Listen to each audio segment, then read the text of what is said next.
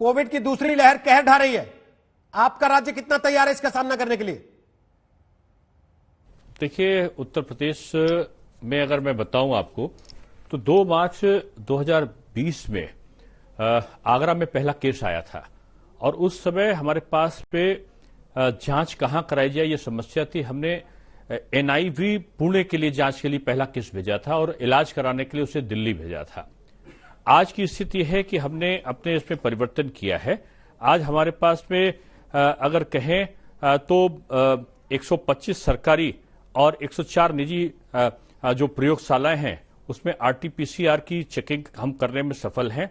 अभी तक 1,25,000 से लेकर 1,50,000 तक की टेस्टिंग हमारी हो रही थी। कल परसों का अगर देखा जाए 9 तारीख को तो ये संख्या बढ़ के 2,12,000 प्रतिदिन टेस्टिंग की हमारे होने लगी। इसका मूल कारण ये है कि पिछले जो वर्ष कोरोना का जो 2020 में मार्च में जो संक्रमण प्रारंभ हुआ था वो बढ़ते बढ़ते फिर एक स्थिति ऐसी आई कि मार्च 2021 में वो घटकर प्रतिदिन केवल 87 का केस के आसपास का एवरेज आया।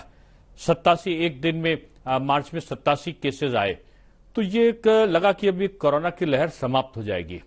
लेकिन अचानक एक महीने से भी कम समय में, यानी आज अप्रैल, हम लोग 12 अप्रैल को बैठ रहे हैं, तो इस अप्रैल में ये संख्या अचानक बढ़ गई मात्र 15-20 दिनों में और ये 12,748 से ऊपर केसेस अचानक हो गए एक दिन में। तो ये एक संक्रमण का वो दौर है जो हमें डराने वाला है जी। और सरकार ने पूरी इसकी कोशिश कर रखी है कि हम अधिक से अधिक लोगों को इसकी इलाज हम कर सके। 1.5 लाख के आसपास हमारे डेडिकेटेड कोविड बेड्स हमारे तैयार हैं। हमारा जो जांच इलाज का कार्य है उसको हमने विस्तारित किया है। ठीक है। और हमने इस बात की भी चिंता की है कि जो मृत्यु दर है हमारे इलाज के कारण ही वो अन्य जगहों की अपेक्षा। आप 1.5 लाख बेड की बात कर रहे हैं कि हमारे पास तैयार है, फिर अस्पतालों के बाहर से ऐसी दिल दहलाने वाली तस्वीरें क्यों आ रही हैं कि लोगों को जगह नहीं मिल रही? विपक्ष लगातार सवाल उठा रहा है कि पिछले 1 साल में क्या तैयारी की सरकार ने। आपको स्पष्ट करना चाहूंगा, 1.5 लाख से अधिक बेड्स हैं हमारे और ये 1.5 लाख से जो अधिक बेड्स हैं इनको हम और अधिक विस्तारित कर रहे हैं। आप अगर कुछ पर्टिकुलर जगह की अगर आप बात कर रहे हो, जैसे लखनऊ में कुछ स्थितियां आई थी, तो उसका मूल कारण होता है कि बुखार आने के बाद भी लोग पहुंच जाते हैं।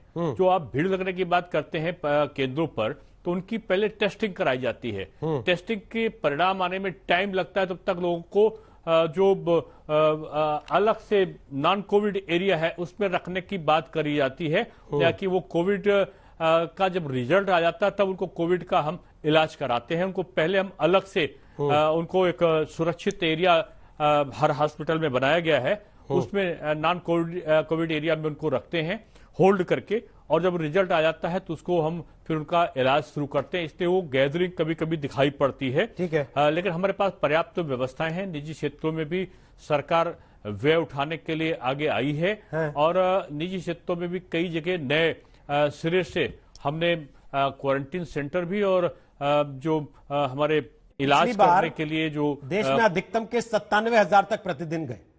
लॉकडाउन लगा हुआ था देश में, आज 1.5-2 लाख तक केस जा रहे हैं। आपको लगता है कि देश को एक और लॉकडाउन चाहिए?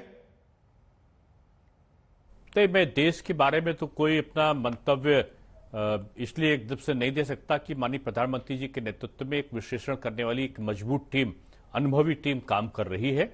वो गुण-दोष के आधार पर इसका निर्णय लेगी। लेकिन जो हम लोगों ने उत्तर प्रदेश की स्थिति का विश्लेषण किया है और अपने पास में उपलब्ध जो चिकित्सीय सुविधाएं हैं और जो अभी तक का जो मरीजों के जो सिम्टम्स हैं, मरीजों को ठीक होने की भी प्रवृत्ति तेजी से बढ़ी है। घर में अगर कोविड पॉजिटिव हुए हैं तो ठीक भी तेजी से हुए हैं।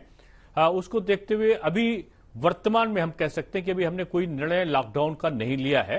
और अभी तक का जो कल शाम को भी हमारी बैठक हुई थी, आज भी हमारी बैठक माननीय मंत्रीगण के साथ में माननीय मुख्यमंत्री जी ले रहे हैं।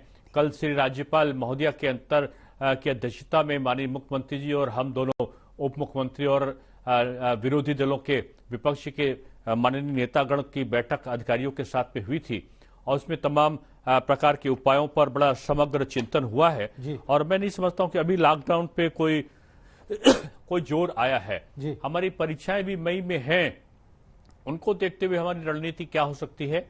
हम जो हमारा ये चल रहा है जो जांच का उत्सव, मानने के उत्सव मीन्स जो ज्योतिबा फूले जी की जयंती से और 11 से और 14 अप्रैल तक टीका उत्सव का जो आयोजन है, ये मैं समझता हूं कि बहुत सफल है।